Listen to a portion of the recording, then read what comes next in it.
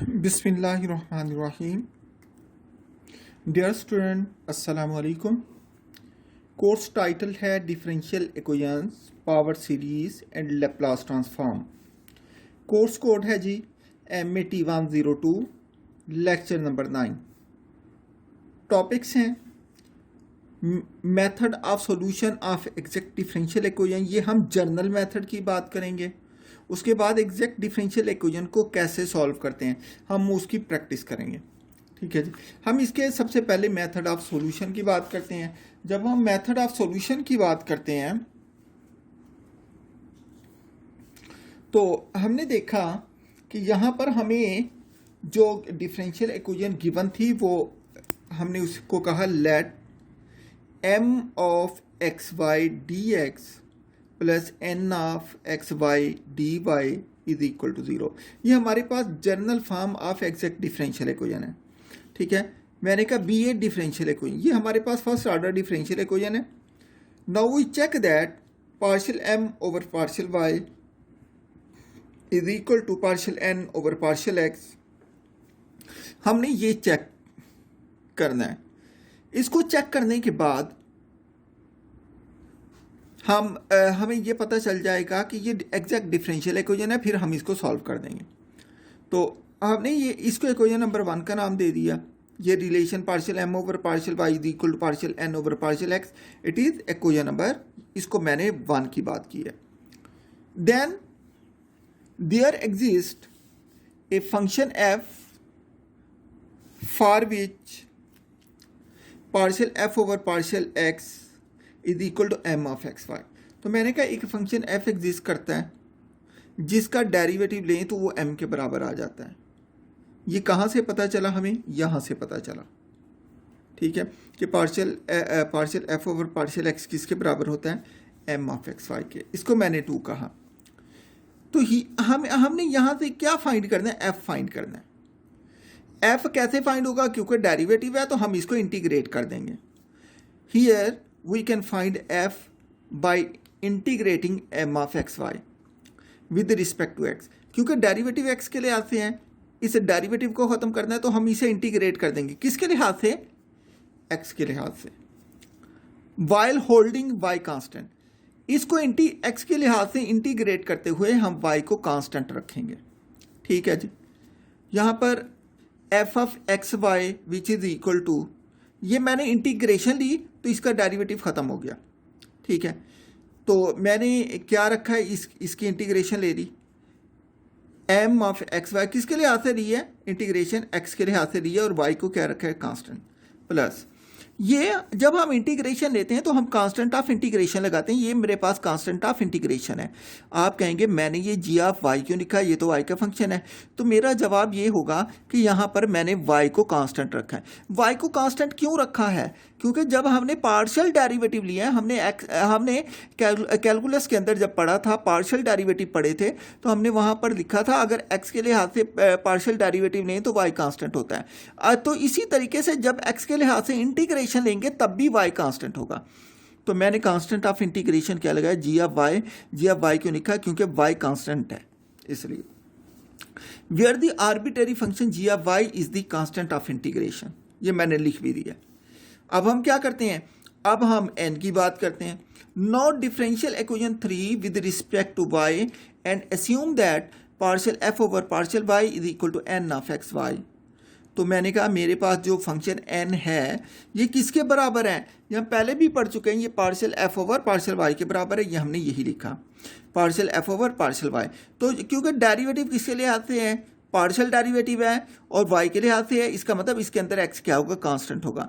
लिहाजा क्योंकि ये पार्शियल डेरिवेटिव y के लिहाज से है, इसकी इंटीग्रेशन किसके लिहाज से होगी? y के लिहाज से होगी। लिहाजा partial f over partial x किसके बराबर आ गया जी? हमने क्या लिखा है इसका? हमने कहा है partial f over partial y ये बराबर है पार्शियल, ये किसके बराबर है? Partial over partial y into m of x y into d x. मैंने इसी फंक्शन को मैंने इंटीग्रेट करने की कोशिश की है। सो बाई 3 की बात की है मैंने। अब डेरिवेटिव जो ले रहा है मैं किसका ले रहा हूँ? इसका ले रहा हूँ। मैंने इस इक्वेशन का मैंने इसी को क्यों इस्तेमाल किया, मैंने इसका डेरिवेटिव पार्शियल वाई के लिहाज से इसलिए लिया, हालांकि हम उसको भी इस्तेमाल कर सकते थे। यहाँ पर जो मैंने बात की है वो इसका पार्शियल डेरिवेटिव लिया है इक्वेशन 3 का, तो मैंने पार्शियल डेरिवेटिव इसलिए लिया ताकि यहाँ से constant of integration g of y की मैं वैल्यू निकालूं। अब देखें मैंने वाई के लिहाज से लिया, ये भी वाई के लिहाज से, जिसके लिहाज से कांस्टेंट ऑफ इंटीग्रेशन जिसका फंक्शन होगा उसी के लिहाज से इसका मैंने डेरिवेटिव लिया। तो जब मैंने इसका डेरिवेटिव लिया इधर भी डेरिवेटिव आ गया। ये इंटीग्रेशन किसके लिहाज से, एक्स के लिहाज से, m into x y d x plus इसका जी या वाई का डेरिवेटिव जी प्राइम लिख दिया, क्योंकि ये भी फंक्शन वाई का, ये डेरिवेटिव भी वाई के लिहाज से। अब partial f over partial y किसके बराबर होता है, partial f over partial y n के बराबर होता है। मैंने ये partial f over partial y को एन ऑफ एक्स वाई के बराबर कर दिया। अब मुझे किसकी वैल्यू चाहिए, मुझे जी प्राइम ऑफ वाई की वैल्यू चाहिए। अब मैंने यहाँ पर क्या किया, मैंने जी प्राइम को एक साइड पे निकाला और दूसरी टर्म उधर जाकर क्या हो गई, माइनस हो गई। लिहाजा ये क्या आ गया, n of x y minus partial over partial y integral m of x y d into d x. ठीक है, मैंने ये जी प्राइम ऑफ वाई की वैल्यू, लेकिन मुझे क्या चाहिए, मुझे जी ऑफ वाई चाहिए, मुझे जी ऑफ वाई की वैल्यू चाहिए। तो मैं क्या करता हूँ, मैं यहाँ पर ऐसा करता हूँ कि मैं कहता हूँ no integrating equation with respect to y. मैं इस इक्वेशन को मैं इंटीग्रेट कर देता हूँ किसके लिहाज से, वाई के लिहाज से। ये इक्वेशन नंबर 5 है, तो यहाँ पर भी इक्वेशन नंबर 5 लिखेंगे। इसी इक्वेशन को मैंने वाई के लिहाज से इंटीग्रेट किया, एड सब्स्टिट्यूट इन इक्वेशन 3, और इसकी वैल्यू हम इक्वेशन 3 के अंदर यहाँ पर पुट कर देंगे। ठीक है, तो the implicit solution of equation f of x y is equal to c. फर्ज किया कि हमने इसकी वैल्यू निकालें, जो एफ ऑफ एक्स वाई की वैल्यू आती है वो कांस्टेंट सी के बराबर आ जाती है। तो यहाँ पर here we see that from equation 5 the expression n of x y minus partial over partial y integral m of x y d x is independent of x. मतलब ये इक्वेशन हमने यहाँ पर किसके लिहाज से डेरिवेटिव लिया, डेरिवेटिव वाई के लिहाज से लिए, इसकी बात कर रहे हैं। डेरिवेटिव किसके लिहाज से था, वाई के लिहाज से। इसका मतलब ये एक्स पर डिपेंड नहीं करती इसकी राइट हैंड साइड। तो यही मैंने बात की है कि एक्स पर डिपेंड नहीं करती। हम लेकर दिखा देते हैं, अगर एक्स पर डिपेंड नहीं करती तो इसका मतलब इसका हम डेरिवेटिव लेंगे एक्स के लिहाज से तो वो ज़ीरो होना चाहिए। अगर इसका डेरिवेटिव एक्स के लिहाज से नहीं और ज़ीरो हो जाए तो इसका मतलब ये एक्स पर डिपेंड नहीं करेगी।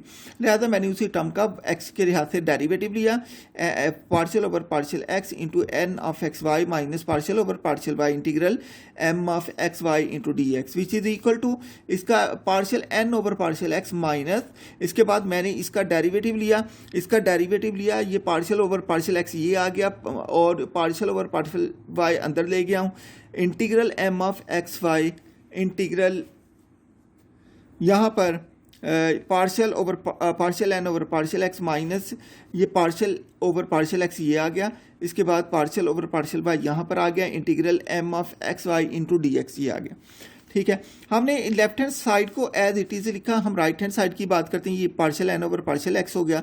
यहाँ पर हम देखते हैं क्योंकि ये मैंने इन दोनों डेरिवेटिव को, पार्शियल डेरिवेटिव को इंटरचेंज कर दिया। इंटरचेंज क्यों किया, क्योंकि पार्शियल ओवर पार्शियल वाई का अंदर इंटीग्रल पर इन्फ्लुएंस नहीं जाएगा, क्योंकि इंटीग्रल जो है वो एक्स के लिहाज से है। तो इसलिए मैंने पार्शियल डेरिवेटिव जो वाई के लिहाज से है उसको बाहर निकाल लिया, पार्शियल ओवर पार्शियल एन को अंदर ले गया, integral m of x y into d x. तो यहाँ पर मैंने देखा ये इंटीग्रल इसके साथ कैंसिल हो गया, बाकी partial n over partial x minus ये क्या बच गया, जब ये इंटीग्रल इससे कैंसिल हो गया डी एक्स भी खत्म हो गया, क्योंकि डी एक्स किसके लिए, इंटीग्रल के लिए, तो ये भी खत्म हो गया।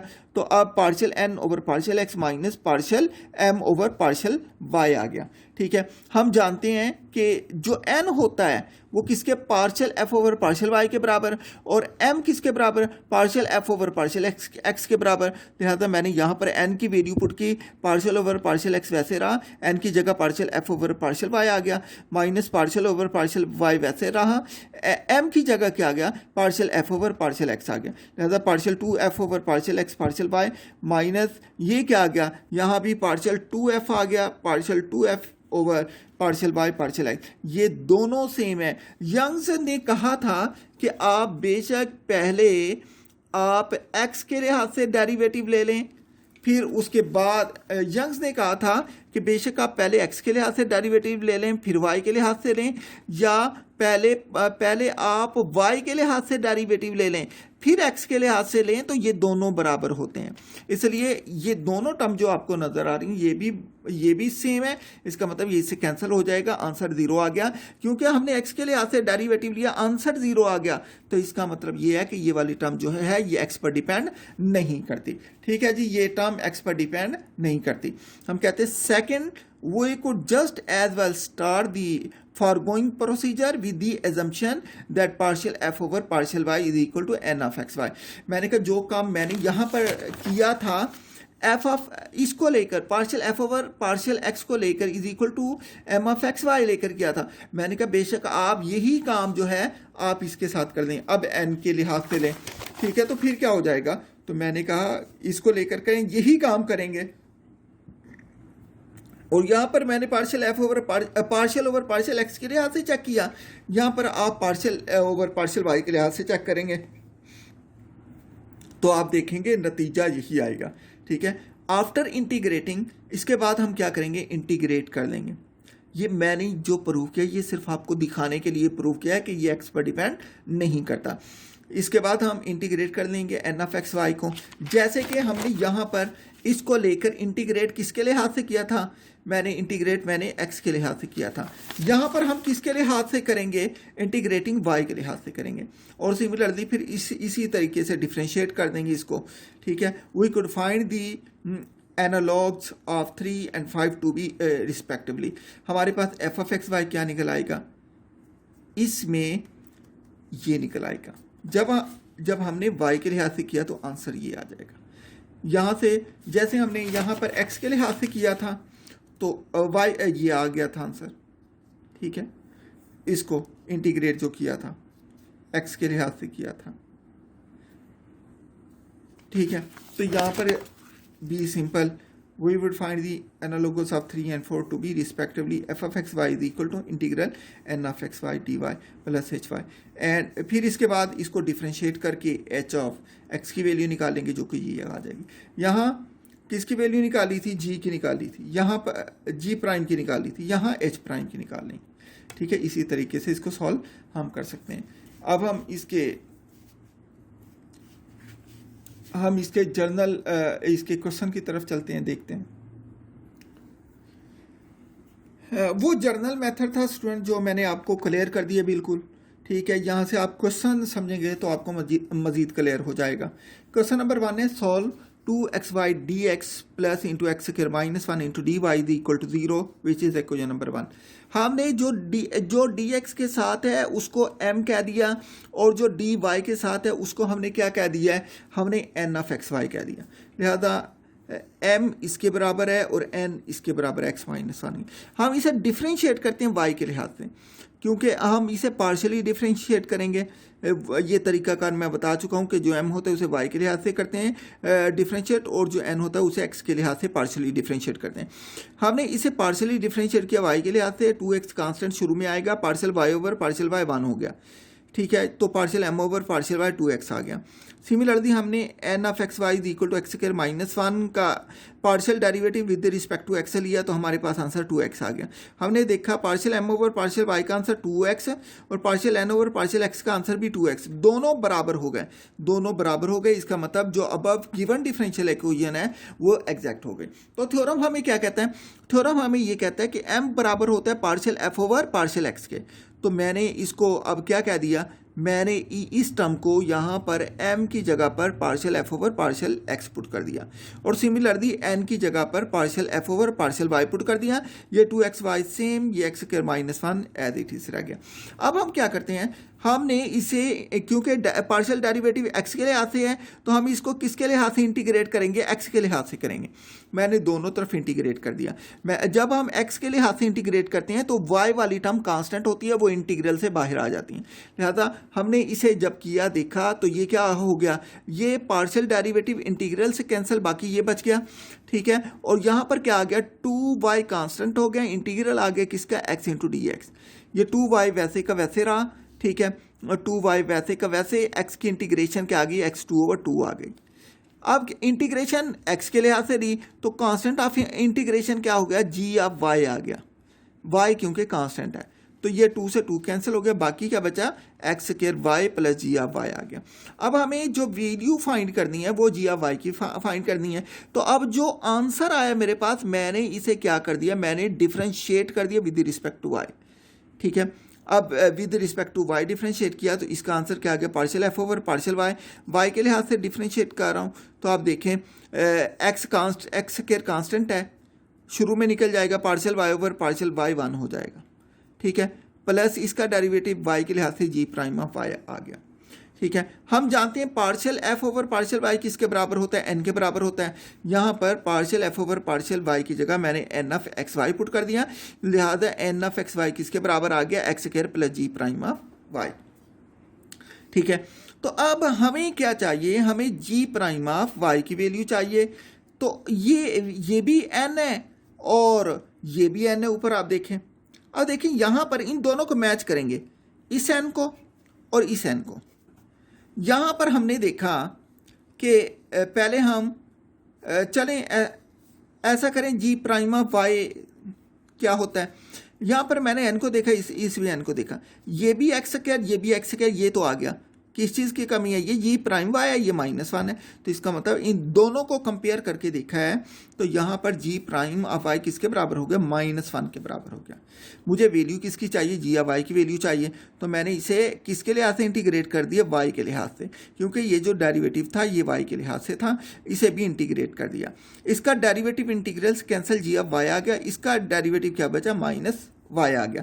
अब हम क्या करते हैं, हम g y की जो वैल्यू है यहाँ पर इसके अंदर पुट कर देते हैं, इक्वेशन 2 के अंदर पुट कर देते हैं। तो f ऑफ एक्स वाई किसके बराबर हो गया, x² y, g of y किसके बराबर, -y के, तो g ऑफ y की वैल्यू मैंने -y पुट कर दी। ये हमारे पास जो है फंक्शन आ गया, f of x y is equal to x² y -y आ गया मेरे पास।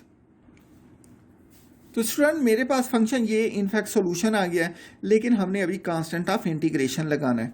ठीक है, तो हमने f of x y is equal to x² y -y, ये आंसर आ गया। अगर हम इसको कांस्टेंट के बराबर लिख दें तो ये सॉल्यूशन आ जाएगा। ठीक है, यहाँ पर हमने क्या किया, so the solution of the equation in implicit form is x² y -y is equal to c, मतलब जो भी f ऑफ एक्स है उसे कांस्टेंट के बराबर लिख दें तो वो आंसर क्या हो जाएगा, वो c हो जाएगा। यही बात जो थी ये मैं आपको शुरू में भी बता गया था, यहाँ पर मैंने बताया था कि जो भी एंड में आएगा f ऑफ एक्स वाई उसको किसके बराबर, यही मैंने आपको बताया था कि एंड में जो भी f of x y is equal to आएगा उसको कांस्टेंट के बराबर पुट कर देंगे, वो क्या हो जाएगा, सॉल्यूशन हो जाएगा। तो यहाँ पर मैंने वही काम किया, जो मेरे पास ये f of x y x² y -y ये वाला आंसर आया, इसको मैंने ये किसके बराबर पुट कर दिया, c के बराबर पुट कर दिया। यहाँ से y की वैल्यू निकाल दें वो आंसर हो जाएगा। y दोनों में से कॉमन लिया, into x² -1 is equal to c, y is equal to c over x² -1 आ गया। तो it is defined on the interval not containing either x is equal to 1 और x इज इक्वल टू -1। मतलब जब हम इसके fraction के अंदर डिनोमिनेटर के अंदर x की वैल्यू 1 पुट कर दें ये y अनडिफाइंड होगा। अगर x की वैल्यू -1 पुट करके देख लें ये तभी अनडिफाइंड हो जाएगा। मतलब इसकी डोमेन सारा रीजन है लेकिन x इज इक्वल टू 1 और x इज इक्वल टू -1 शामिल नहीं है इसकी डोमेन में। ठीक है जी, क्वेश्चन नंबर 2 की बात करते हैं, मजीद प्रैक्टिस हो जाएगी। Solve the given differential equation e raised to power 2y minus y cos xy into dx plus into 2x e raised to power 2y minus x cos xy plus 2y into dy। इसको मैंने equation number 1 कह दिया। मैंने यहाँ पर देखा जो dx का dx के साथ वाली टर्म है ये सारी की सारी m हो जाएंगी और जो dy के साथ वाली टर्म है वो सारी की सारी क्या हो जाएंगी, n हो जाएंगी। लिहाजा यहाँ पर मैंने देखा m किसके बराबर है, m डिफरेंशियल dx के साथ वाली तमाम टर्म है, ये क्या हो जाएगा e raise to power 2x minus y cos xy आ गया। इसके बाद dy के साथ वाला क्या हो जाएगा, n of x y is equal to 2x minus x cos xy plus 2y। मैंने इसे डिफ्रेंशिएट कर दिया, किसके लिहाज से, वाई के लिहाज से, बिल्कुल सेम मेथड है सबका। मैंने इसको डिफरेंशिएट वाई के लिहाज से किया तो इसका derivative 2 e raised to power 2y हो गया। अब इसका डेरिवेटिव माइनस वैसे का वैसे इस पर प्रोडक्ट रूल लग जाएगा। इस पर प्रोडक्ट रूल क्यों लगेगा? क्योंकि एंगल के अंदर एक्स और वाई इकट्ठे हैं, वरना आप देखें तो जब हम y के लिहाज से डिफरेंशिएट करें तो x वाली टर्म कांस्टेंट है। अब कांस्टेंट यहाँ कुछ भी नहीं होगा क्योंकि जो x y है वो एंगल के अंदर है, दोनों आएंगे। फर्स्ट फंक्शन वैसे सेकंड का डेरिवेटिव लिया तो माइनस साइन एक्स वाई आ गया into derivative of inner part x y का जो डेरिवेटिव है y के लिहाज से वो क्या आ जाएगा, x आ जाएगा। ठीक है, ये x एंगल के अंदर नहीं है, ये इनर पार्ट का, इसका डेरिवेटिव मैंने ये x लिया है। ठीक है जी, प्लस अब दूसरा फंक्शन जिसका डेरिवेटिव ले लिए cos एक्स वाई, वैसे का वैसे y रह गया था, उसका डेरिवेटिव लिया तो उसका डेरिवेटिव 1 हो जाएगा, जो कि मैंने नहीं लिखा। तो partial m over partial y किसके बराबर हो गया, 2 e raised to power 2y plus y x, ये y है, इस x को मैं शुरू में ले आया हूँ, ये माइनस माइनस प्लस हो गए, साइन एक्स वाई वैसे का वैसे माइनस cos एक्स वाई आ जाएगा। अब क्या करते हैं, अब मैं इसको डेरिवेटिव लेता हूँ n का, किसके लिहाज से, x के लिहाज से, ताकि मैं ये चेक करूँ ये एग्जैक्ट है या नहीं है। जब मैंने इसका पार्शियल डेरिवेटिव x के लिहाज से लिया तो अब मेरे पास क्या हुआ, partial n over partial x is equal to 2 e raised to power 2y minus, अब इस पर अगेन प्रोडक्ट रूल लग जाएगा, प्रोडक्ट रूल लग जाएगा क्योंकि एंगल के अंदर दोनों मौजूद है। मैंने ये लिखा फर्स्ट फंक्शन वैसे, सेकंड का डेरिवेटिव cos का derivative minus sine x y होता है into derivative of inner part y के लिहाज से क्या, x के लिहाज से क्या आ जाएगा, y आ जाएगा, इस इनर पार्ट का डेरिवेटिव y आ गया, प्लस ये 2y का डेरिवेटिव क्या हो जाएगा, प्लस अब प्रोडक्ट रूल था, फर्स्ट फंक्शन वैसे, सेकंड का डेरिवेटिव, अब जिसका डेरिवेटिव ले लिया सेकंड वैसे, x का डेरिवेटिव x के लिहाज से 1 हो गया, 2y का डेरिवेटिव 0 हो गया, partial n over partial x is equal to 2 e raised to power 2y plus x y sine x y minus cos x y. अब हमने इसको देखा, इसको इन टर्म को देखें और इसको देखें, ये दोनों आंसर सेम आ गए। Partial m over partial y is equal to partial n over partial x is equal to 2 e raised to power 2y plus x y sine x y minus cos x। ये thus the equation 1 is an exact differential equation.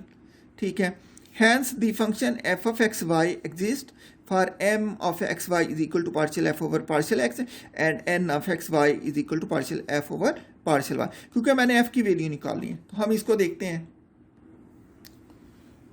तो हमने देखा, हमने n वाला लिया, n किसके बराबर है, partial f over partial y के, partial f over partial y किसके बराबर है जी, इसके बराबर है। ये किसके बराबर, ये n है, n की वैल्यू मैंने पुट कर दी है कि n इसके बराबर है, तो ये n partial f over partial y के बराबर भी है।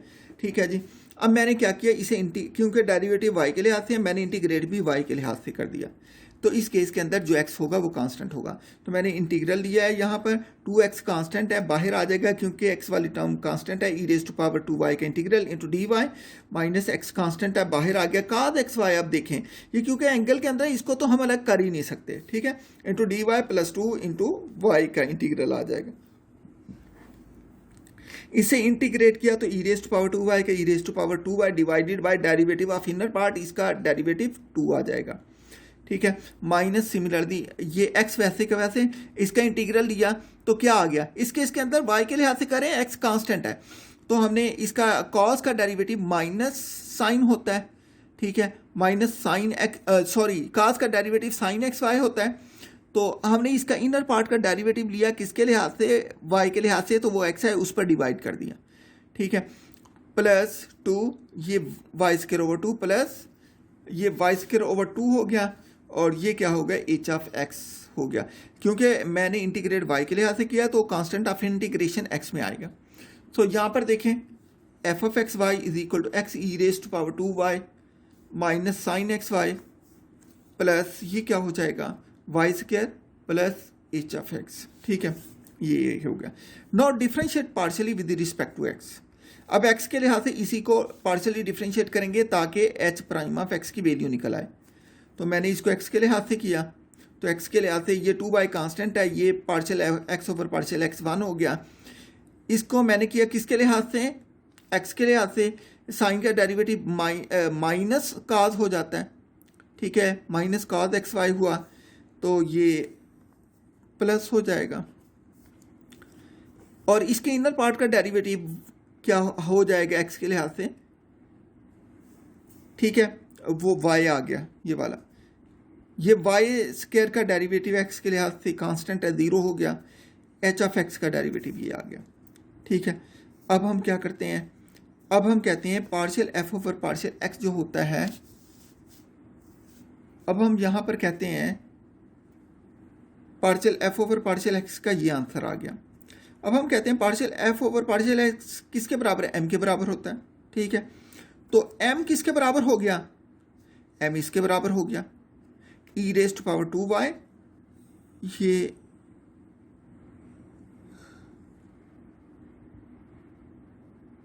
ये माइनस अंदर से आया तो माइनस माइनस प्लस हो गया था, ये भी प्लस, माइनस, ये माइनस ही रहेगा, ठीक है। तो यहां पर हमने देखा, इसको आप माइनस लगा दें, ठीक है। तो ये e raised power 2y minus y cos y आ गया। हमें वैल्यू चाहिए एच प्राइम ऑफ एक्स की। हमने इसको m के साथ कंपेयर किया, m किसके बराबर था, m की वैल्यू मैं यहां पर लिख देता हूं, m ऑफ एक्स वाई किसके बराबर था इस केस के अंदर, m ऑफ एक्स वाई हमारे पास था e raised power 2y, e raised power 2y minus y cos x y था, वाई कॉज एक्स वाई था। हमने कहा ये m ऑफ एक्स वाई हो गया, ये भी m ऑफ एक्स वाई है। अब देखें ई रेस्ट पावर 2y वैसे का वैसे, माइनस वाई काज वाई वैसे का वैसे। अब इसके अंदर तो कुछ और नहीं बचता, तो लिहाजा यहां पर जो h प्राइम ऑफ x हुआ वो 0 हो गया। इसके अंदर क्या हो गया, यही था ना, partial f over partial x, ये था, ये e raised power 2y minus y cos x y. अब h प्राइम ऑफ x है, इसमें तो h प्राइम ऑफ x नहीं है, इसका मतलब h प्राइम ऑफ x क्या हो गया, 0 हो गया। इसे इंटीग्रेट किया x के लिहाज से तो h ऑफ x क्या हो गया, c हो गया। लिहाजा इसकी वैल्यू जो होगी constant h of x c हो गया। लिहाजा हमारे पास फंक्शन क्या निकल आया, फंक्शन हमारे पास f ऑफ x जो था x e raised power 2y minus sine x y plus y square, और एच ऑफ एक्स की वैल्यू क्या निकल आई, सी, ये डाल दी, ये हमारे पास सॉल्यूशन निकल आया। Hence a family of solution, family of solution के लिए आप क्या करें, ये जो भी आंसर है ये सारे के सारा कांस्टेंट के बराबर लिख दें या 0 के बराबर लिख दें, एक ही बात है। जब कांस्टेंट को उधर ले जाएंगे तो 0 बच जाएगा, जैसे भी आप करना चाहें, इट इज़ आंसर।